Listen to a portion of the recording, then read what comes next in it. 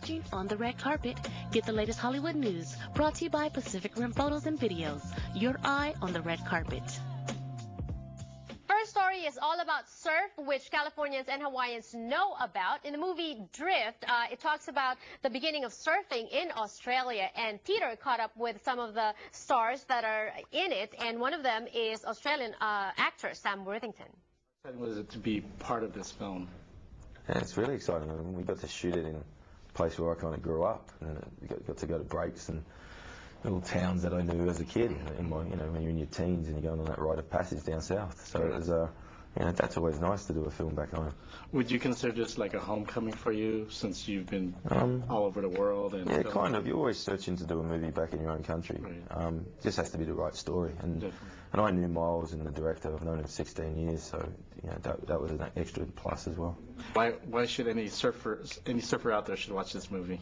I don't think you've actually seen surf footage like this in a dramatic feature. We actually had proper surf photographers who had done like Tom Carroll's movies and Kelly Slater's movies, and that was a plus. And plus the story is a nice story about a man trying to protect his family. How has this Aussie surf community taken to this film? Have they embraced it, or do they say it's cheesy, or how like there's some cheesy surf You know what, it movies was really important for us to get, it was vital for us to get that tick of approval from our core audience, from surfers, and it was a daunting process when they finally got to see the film.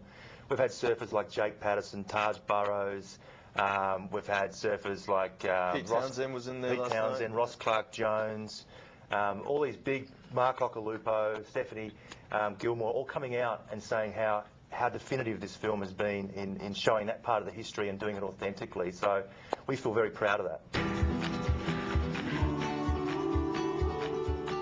Wow, looks like a fun movie. Now from surfing to dancing. Update on So You Think You Can Dance Top 20. Chris caught up with Kat Deely, show host, and she weighed in on the show's new format. Watch this. Hey Janelle, we are here backstage at So You Think You Could Dance, and unfortunately they started off the top of the show with an elimination. Let's see what host Kat Deely has to say about the choice of starting off the show with kicking off two of the dancers. That's one thing that we're definitely going to address in this format. I think it's very difficult, this format, because we're just down to one show. So it's difficult to not have a results show, because you've either got to put the results at the top of the show, which feels like a bit of a downer. Yeah. Or you put them at the end of the show, and then actually the votes that you're announcing aren't relevant to the performance in the middle of the show. Brittany, Cherry, and Carlos were sent home, but here's what they had to say about their solos tonight. It was definitely difficult, but I'm so glad we were given the opportunity to perform after we were eliminated. Just kind of one last hurrah and give it our all, and just to be there for our partners, because we've been together through this entire journey, and it was just so much better to end on that note than just, you're going home. We've covered surfing and dancing. Now let's do singing, which is strong suit for Filipinos. Kababayan Jessie Malay is known for her catchy dance tunes, and she talks about repping for the Filipinos in the music business. I'm Jessie Malay. I'm a new singer. I have a single out called Bougie on Sirius. It's playing a lot on 20 on 20, and I'm about to release the video very soon. Can I just say, I love the song Booty Bangs.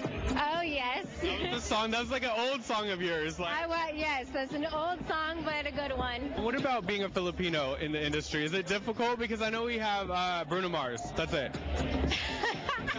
I know Bruno Mars is our shining star, but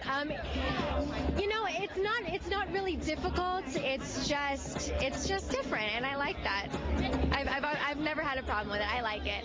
I think it's time for there to be a Filipino. Bruno Mars is doing it for us, but for a Filipina to really take the main stage. So that's what I'm trying to do here. Cute girl. She kind of looks like Jennifer Lopez, I think. There are some similar features. Anyways, a reminder to everyone, those are just snippets of full interviews, full coverages from Pacific Rim. If you want more, log on to their YouTube channel. That's website on the screen. Also follow them on Twitter as they cover different events, red carpet events in and within our community. Also, speaking of social media, we are also on different social media sites. Catch us on YouTube. We have a YouTube channel channel where we upload all our segments. So if you miss any of the segments on Kababayan today, make sure you catch us on YouTube. Or if you want to share some segments with your friends and relatives from outside Southern California or Hawaii, tweet with us or like us on Facebook as well. Happy 4th, everyone. Enjoy your holiday, and I'll see you again tomorrow. Bye.